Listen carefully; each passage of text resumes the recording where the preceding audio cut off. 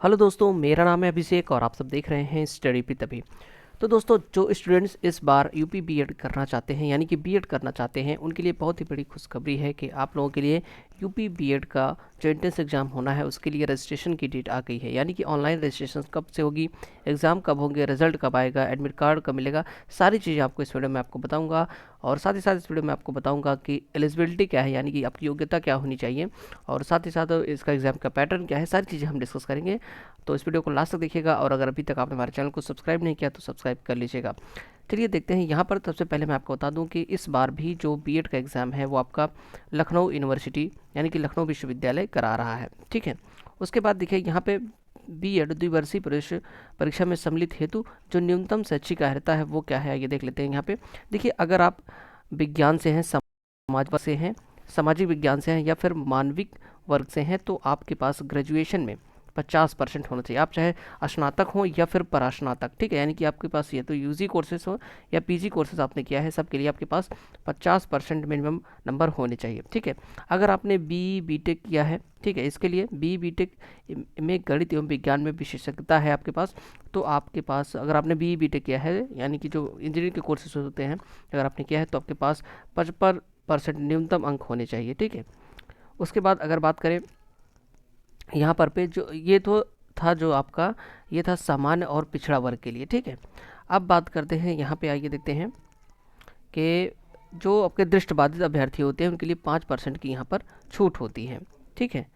और उसके बाद न्यूनतम 50% अंकों के साथ अगर आप संपूर्णानंद संस्कृत विश्वविद्यालय से हैं तो यहाँ पे न्यूनतम 50% अंक आपके होने चाहिए। ठीक है। तो ये हो गई परसेंट की बात, कितना परसेंट आपको आपके लिए चाहिए। ठीक है।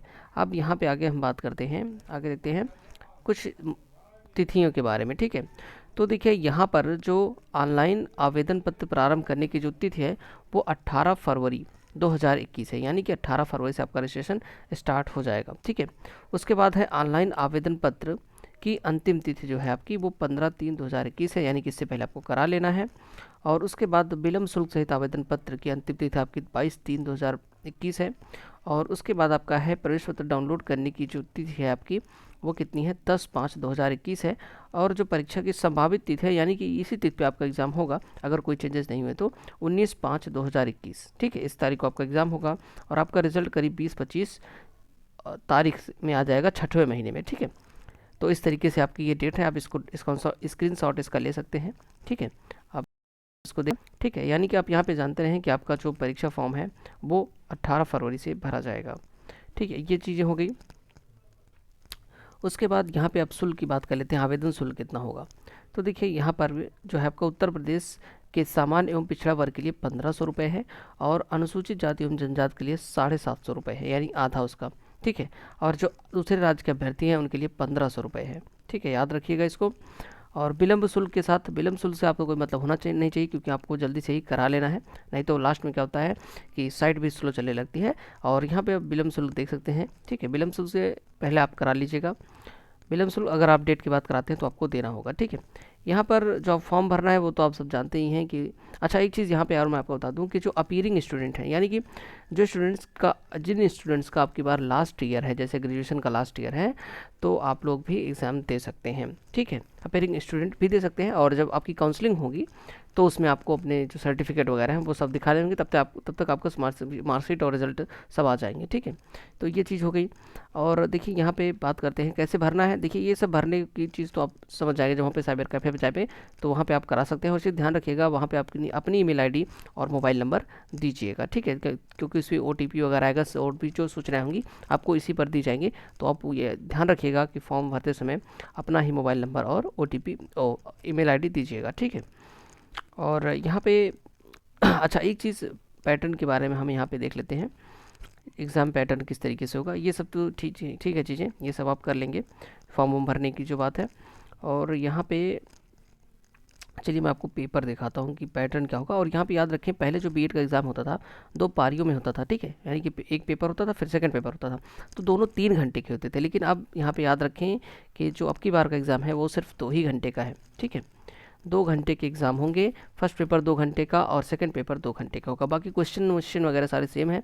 देखिए, पहला पेपर जो होता है उसमें हमारा सामान्य ज्ञान से आता है, 50 क्वेश्चन होते हैं, 100 नंबर का होता है। ठीक है। और उसी में एक पेपर और होता है, चाहे हिंदी अंग्रेजी में से कोई भी आप एक ले सकते हैं। अगर आपने हिंदी लिया है तो भी 50 क्वेश्चन, अंग्रेजी लिया है तो भी 50 क्वेश्चन आपको आएंगे। 100 नंबर का होगा, यानी कि एक क्वेश्चन 2 नंबर के होंगे, ठीक है। और ये 200 क्वेश्चन 2 घंटे में आपको करने होंगे। उसके बाद पेपर 2 होता है, उसी दिन होता है आपका पेपर 2 दूसरी पाली में। और यहाँ पे आपके समान अभिरुचि परीक्षण यानी रीजनिंग से 50 क्वेश्चन आते हैं। और उसके बाद आपका आता है विषय। देखिए, आप अगर आप कला वर्ग से हैं तो आपको कला वर्ग का देना है। विज्ञान, अगर आप साइंस के स्टूडेंट हैं तो विज्ञान, कॉमर्स के हैं तो वाणिज्य, और एग्रीकल्चर के हैं तो कृषि का आपको देना होगा, ठीक है। इस तरीके से आपको, लेकिन याद रखें कि 2 ही घंटे का पेपर होगा, ठीक है। तो ये हो गया। अब बात कर लेते हैं एग्ज़ाम सेंटर की, ठीक है। एग्ज़ाम सेंटर कहाँ कहाँ पे बनेगा। देखिए, यहाँ पे नीचे कुछ सेंटर लिखे गए हैं, यहाँ पे मैं आपको दिखाता हूँ। तो आप इसकी स्क्रीनशॉट भी ले सकते हैं। यहाँ पे अंबेडकर नगर है, अमरोहा है, अमेठी है, ठीक है। क्रम संख्या यहाँ पे दी गई है। तो यहाँ पे आपके लगभग लगभग सारे ज़िले, यहाँ पे 75 ज़िले यहाँ पे हैं, लगभग लगभग सारे ज़िले हैं। जैसे यहाँ पे सुल्तानपुर है, सीतापुर है, तो सारे ज़िले हैं। आप इनमें अपना जो आपके नज़दीक हो या फिर आपके शहर में ही जो आप चाहें वो आप वहाँ पे एग्ज़ाम सेंटर चूज़ कर सकते हैं। तो दोस्तों, यहाँ पे मैंने आपको यूपी बीएड के बारे में सारी इंपॉर्टेंट जो अपडेट थी वो दे दी हैं। फिर भी अगर आपके पास मन में कोई डाउट है तो आप नीचे कमेंट कर सकते हैं। और याद रखें, 18 फरवरी को आपका रजिस्ट्रेशन ऑनलाइन स्टार्ट हो जाएगा, आप करा लीजिएगा। Thanks for watching.